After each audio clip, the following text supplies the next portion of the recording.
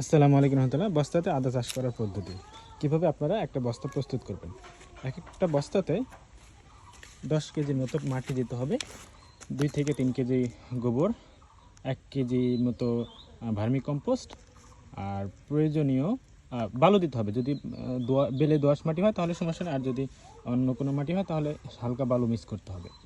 এরপরে আপনার রাসায়নিক সার জিপসাম দিতে হবে 10 গ্রাম, পটাশ দিতে হবে 10 গ্রাম, বোরন দিতে হবে, আর দানাদার বিষ 10 গ্রাম প্রত্যেকটা বস্তার মধ্যে।